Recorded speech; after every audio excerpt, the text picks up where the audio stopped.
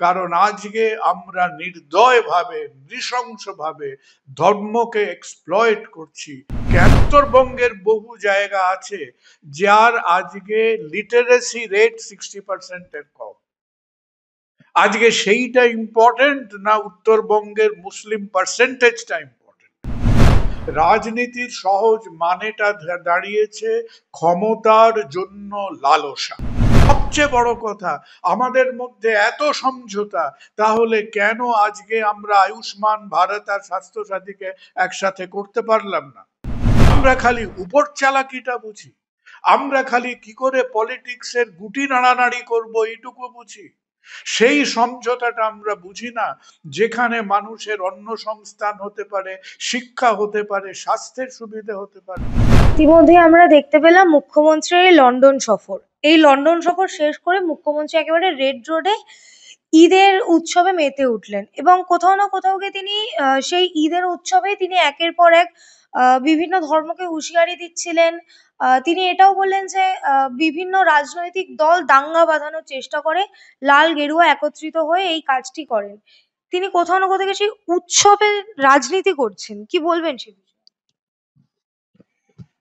দেখো, প্রথমত মুখ্যমন্ত্রী কি বলেছেন সে কথাটা আমি শুনিনি, মানে তার এক্সাক্ট প্যারাফ্রেজিংটা আমার কানে নেই।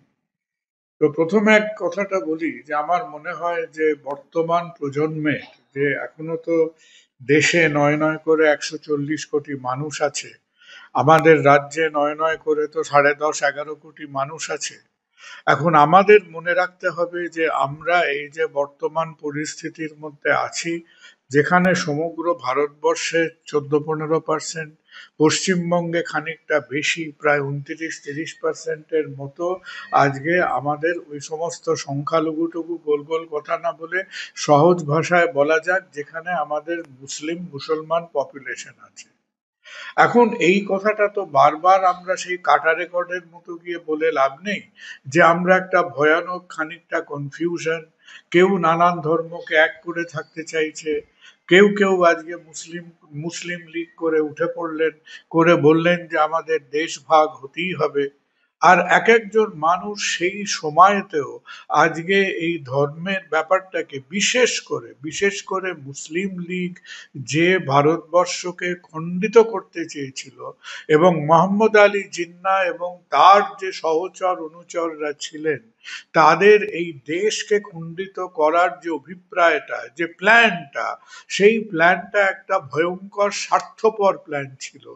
তারা যত না ধর্মের কথা ভেবেছিলেন, তারা তার থেকে বেশি ভেবেছিলেন যে পূর্ব দিকে খানিকটা এবং পশ্চিম দিকে খানিকটা আমরা একটা ধর্মের অছিলায় নিজেদের একটা পাওয়ার সেন্টার তৈরি করছি। যখন আমাদের স্বাধীনতার অব্যবহিত আগে জিন্নাকে জিজ্ঞাসা করা হচ্ছে, খুব সম্ভবত কানপুরে, যে আপনি যে পূর্ব পশ্চিমে দুটো পাকিস্তান তৈরি করলেন, এবং তার ফলেও তো ভারতবর্ষে কত বোধহয় তখনকার দিনে প্রায় কম বেশি 7-8 কোটি মুসলিম মানুষ তখনও ভারতবর্ষে রয়ে গেছে, যে তাদের কি হবে? তখন একেবারে নির্দ্বিধায় জিন্নাহ নাকি উত্তর দিয়েছিলেন যে তাদের তুমি স্যাক্রিফাইস করে দাও, তারা উচ্ছন্নে যাক, কিছু এসে যায় না। তো সেই রকম একটা, এদিকে এদিকে গান্ধীও পরাজিত। গান্ধী সবসময় মনে করছেন যে তাকে হিন্দু মুসলিম সবাই খুব ভালো চোখে দেখে, তিনি কখনোই মুসলিমদের সেই বিশ্বাসটা কুড়োতে পারেননি। সুভাষ বোস তখন সিনের মধ্যে নেই, চিত্তরঞ্জন দাস অনেক আগেই মারা গেছেন। তো সেই রকম একটা কনফিউজ দুর্ভাগ্যজনক অবস্থায় আমরা স্বাধীন হয়েছিলাম। তুমি খোঁজ করে দেখবে, খুব সম্ভব 1920s না 1930s-এ একবার টার্কি এবং সাইপ্রাসের মধ্যে তাদের দেশের ভাগ বাটোয়ারা হয়েছিল। তখন কি হয়েছিল, একদিকে ছিল খ্রিস্টান, একদিকে ছিল মুসলিম, এবং তারা যখন বারবার এই ঝগড়াঝাটি করে পার্টিশনের দিকে গেল, তখন তারা ঠিক করেছিল যে যতই বেদনাদায়ক হোক না কেন, যে সর্বশেষ যে খ্রিস্টান সে চলে যাবে সাইপ্রাসের দিকে, লাস্ট মুসলিম যে আছে তাকে চলে যেতে হবে টার্কির দিকে। অর্থাৎ পার্টিশনের সঙ্গে সঙ্গে পপুলেশন এক্সচেঞ্জ হয়েছিল। আমাদের দেশে বহু লোক মারা গেল, বহু লোক রেফিউজি হলো, বহু লোক দেশান্তরিত হলো, সর্বস্বান্ত হলো, কিন্তু আমরা তো সেই অর্থে একটা 100% পপুলেশন এক্সচেঞ্জ করতে পারিনি। তাহলে আমরা যখন সেই 15ই আগস্ট 1947-এর রক্তাক্ত ভারতবর্ষে চোখ মেললাম, তখন আমাদের তো এই বাস্তবটা মেনে নিতেই হবে যে আমরা একটা মিশ্রিত জনসংখ্যা। একটা মানুষ যেমন একটি ছেলে মেয়ে যেমন তার জন্মের সঙ্গে সে ঝগড়া করতে পারে না, তার বাবা মাকে প্রশ্ন করতে পারে না, আজকে আমি কেন তোমার এই মধ্যবিত্ত সংসারে জন্মালাম, কেন আমি আজকে অমুক রাজপ্রাসাদে জন্মালাম না। আমরা যেখানে জন্মেছি সেখানে আমরা জন্মেছি। আজকে 2025 সালে যেখানে আমরা জন্মেছি সেখানে আমরা মেনে নিতে বাধ্য যে আমাদের মধ্যে 70% সংখ্যা গুরুরা থাকলে 30% সংখ্যা লঘু বা মুসলিম জনসংখ্যা থাকবে। মানুষের মধ্যে কিন্তু এই নিয়ে কোনো ঝগড়া, কোনো বিতৃষ্ণা নেই। ব্যাপারটা হচ্ছে আমাদের মধ্যে এই দু ধরনের মানুষ আছেন বলে, যাদের ধর্ম, যাদের ইতিহাস। এই কদিন আগে আমরা ঔরঙ্গজেবকে নিয়ে খাড়াখাড়ি করলাম, কদিন আগে আমরা শিবাজির ছেলেকে নিয়ে, সম্ভাজিকে নিয়ে একটা খুব, সিনেমাটা খুব ভালো ছিল, তার মধ্যে ইতিহাস 10% ছিল কিনা আমার সন্দেহ আছে।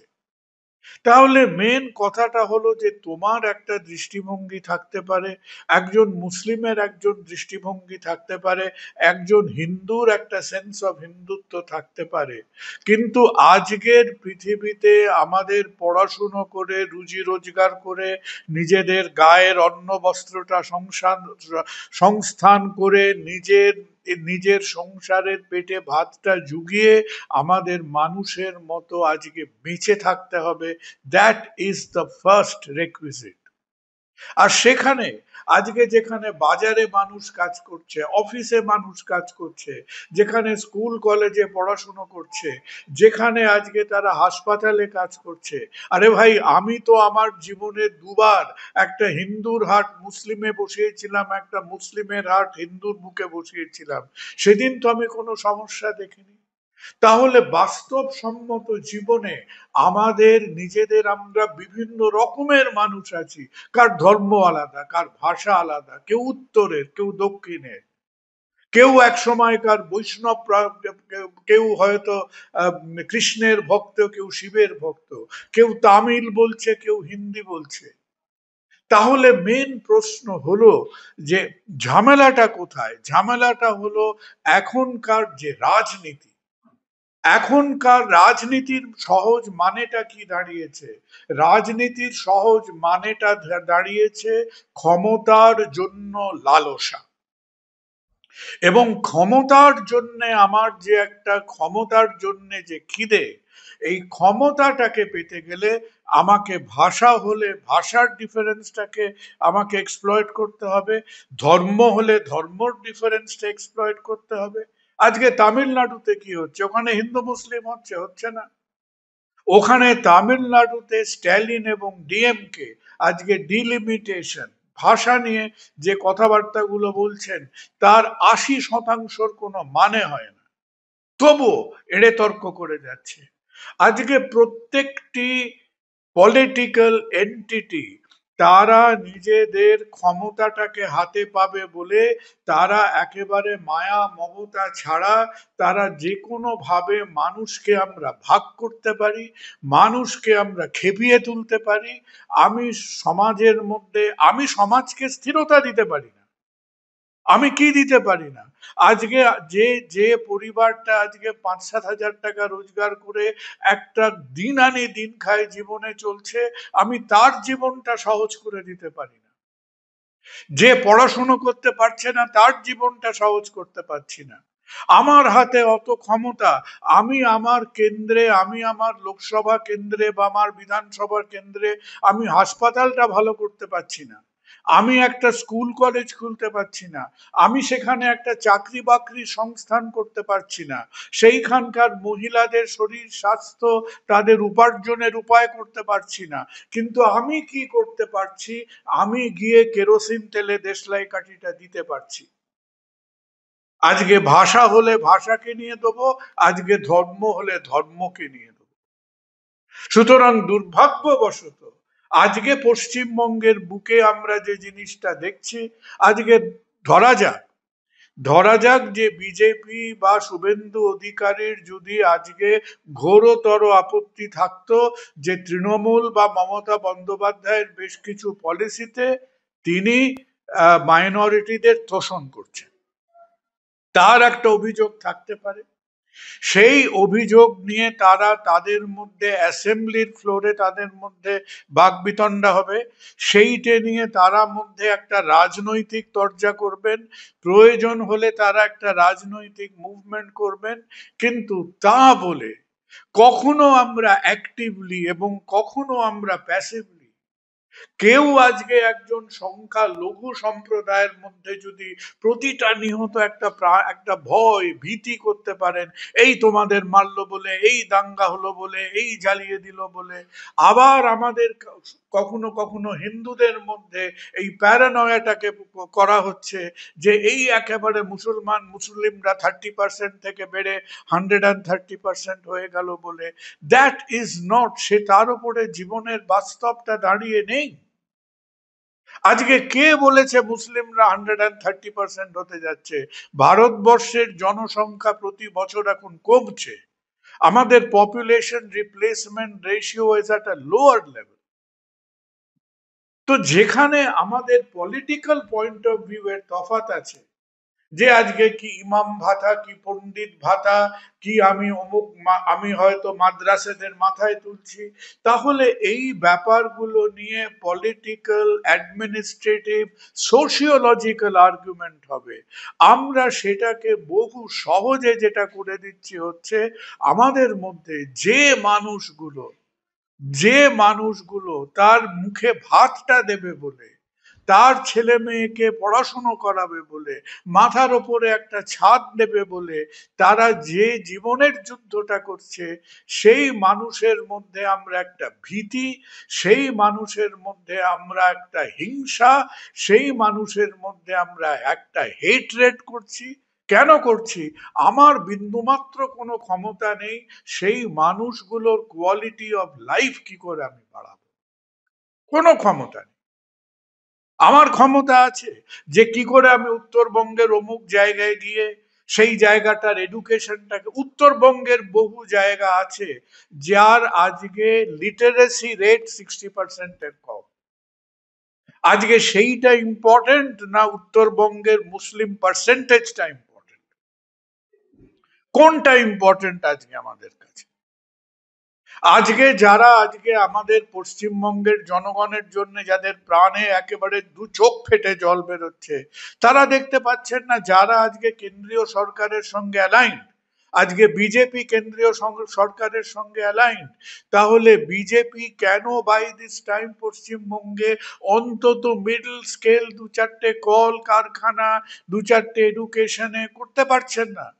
এই তো আমরা তো মুহূর্তে মুহূর্তে শুনছি যে লোকসভাতে বা সেন্ট্রাল গভর্নমেন্টের নানান পলিসিতে তৃণমূল নাকি বিজেপির সঙ্গে সমঝোতা করে চলে। যদিও বা চলে, খুব ভালো কথা, চলুক। আমরা কি আজীবন খালি একে অপরের সঙ্গে খামচি ঝগড়াঝাটি করে যাব? চলুক।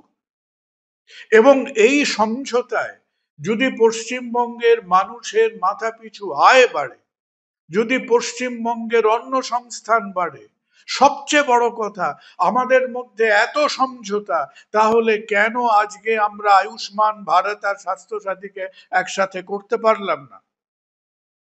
আজকে তামিলনাড়ু তো কোমর কষে ঝগড়া করছে বিজেপির সাথে, একেবারে সাপে নেউলে ঝগড়া হচ্ছে, কিন্তু তাদের তো হেলথ স্কিম আর আয়ুষ্মান ভারত একসঙ্গে কাজ করছে। কেরালা ঝগড়া করছে, তাদের হেলথ স্কিম তো একসঙ্গে কাজ করছে। উড়িষ্যা একদিন আলাদা ছিল, তাদের হেলথ স্কিম তো একসাথে কাজ করছে। তাহলে প্রশ্ন হলো আমাদের কিসের ঝগড়া? আমরা কিসের সমঝোতা করি? আমরা খালি সততা বুঝি, আমরা খালি উপর চালাকিটা বুঝি, আমরা খালি কি করে পলিটিক্সের গুটি নাড়ানাড়ি করব এইটুকু বুঝি। সেই সমঝোতাটা আমরা বুঝি না, যেখানে মানুষের অন্ন সংস্থান হতে পারে, শিক্ষা হতে পারে, স্বাস্থ্যের সুবিধা হতে পারে। আর এখন পশ্চিমবঙ্গের বুকে, হ্যাঁ পশ্চিমবঙ্গের বুকে এখন ধর্ম নিয়ে কেনা বেচা করাটা খুব সহজ, খুব সহজ। কেন সহজ? আমরা একটা বর্ডার স্টেট। আরো কেন সহজ? আজকে পাঞ্জাব অমৃতসরের ওয়েস্টার্ন ফ্রন্টিয়ারে যে রেফিউজি প্রবলেম ছিল, ও মারপিট কাটাকাটি করে 47 সালের পরে আজকে ওয়েস্টার্ন ফ্রন্টিয়ারে আর কোনো রেফিউজি প্রবলেম নেই। আমরা আমরা বাঙালিরা, আমরা বুক পেতে আমরা 30 বছর 40 বছর ধরে একবার দুবার তিনবার চারবার পাঁচবার ধরে আমাদের সমানে এই জনসংখ্যার গতিবিধি চলেছে। ক্রনিক রেফিউজি প্রবলেমে ভুগতে হয়েছে। শুধু ভুগতে হয়নি, সেই রেফিউজি রিহ্যাবিলিটেশনের পয়সা পণ্ডিত নেহরু পশ্চিমবঙ্গকে দেননি। পশ্চিমবঙ্গ কলকাতা বুকে করে রেফিউজিদের বুকে করেছে বলে আজকে আজকে সেন্ট্রাল গভর্নমেন্ট পশ্চিমবঙ্গকে শাস্তি দিয়েছিল তার জন্য। যাই হোক, সেই পুরনো কাসুন্দি ঘেটে লাভ নেই। যে দুশ্চিন্তা, যে দুশ্চিন্তা এবং দুঃখ আজকে তোমাদের সামনে দিয়ে বলবো যে হ্যাঁ, আজকে আজকে ধর্ম নিয়ে মানুষ পেটের ভাতটা নিয়ে চিন্তা করছে, ছেলে মেয়েদের পড়াশোনাটা নিয়ে চিন্তা করছে, আজকে মাথায় ছাদ আছে কিনা চিন্তা করছে, অসুস্থ হলে সে স্বাস্থ্য পরিষেবা পাবে কিনা সেই নিয়ে চিন্তা করছে। আজকে সাধারণ মানুষের মধ্যে কেউ আজকে আজকে সেই মন্দিরের দালানেও গড়াগড়ি দিচ্ছে না, আর কেউ মসজিদেও গিয়েও গড়াগড়ি দিচ্ছে না। কারা গড়াগড়ি দিচ্ছে? আজকে মন্দির কেন্দ্রিক এবং মসজিদ কেন্দ্রিক যে রাজনৈতিক ক্যান্সারটা আমাদের মধ্যে গড়ে উঠছে, এটা কমপ্লিটলি গড়ে উঠছে ক্ষমতার লালসার জন্য। কারণ আজকে আমরা নির্দয়ভাবে নৃশংসভাবে ধর্মকে এক্সপ্লয়েট করছি। কেন?